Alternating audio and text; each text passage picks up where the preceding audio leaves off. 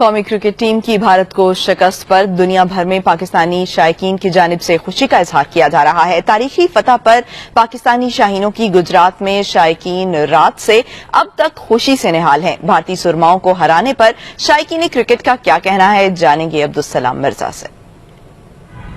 جی، پاکستانی جو شاہین ہیں ان کی طرف سے بھارتی سرماؤں کو جو گزشتہ رات کو جو انہوں نے جو شار و شان چت کیا تھا، جس پر پاکستان کے جو شائقین ہیں کرکٹ کے وہ ابھی تک خوشی سے نہال ہے۔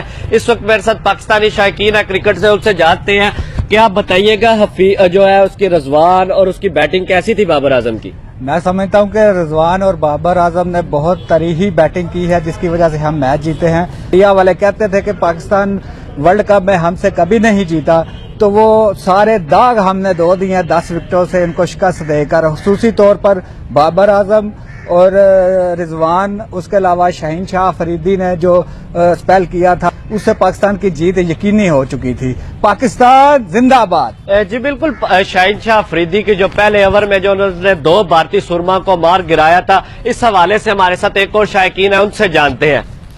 جی، میں تو کہوں گا کہ یہ خوشی کا ایک ایسا سما پیدا ہوا ہے کہ جس کی وجہ سے ہم لوگ تو ساری رات سو نہیں سکے، اور مہنگائی اور دیگر تمام طوفانوں کے باوجود ہمیں سارے غم سارے دکھ بھول گئے، اور پاکستانیوں کو یہ اتنی بڑی اللہ تعالیٰ کی طرف سے یہ خوشی نصیب ہوئی ہے، میں سمجھتا ہوں وہ بالکل دید کے قابل تھا اور بیان سے باہر ہے۔ جی شہری کا کہنا تھا کہ پاکستان نے بھارتی روایتی حریف کو جو ہے ہرا کر ہم مہنگائی اور دیگر جو مسائل تھے پاکستانیوں کے وہ بھول گئے تھے۔ جی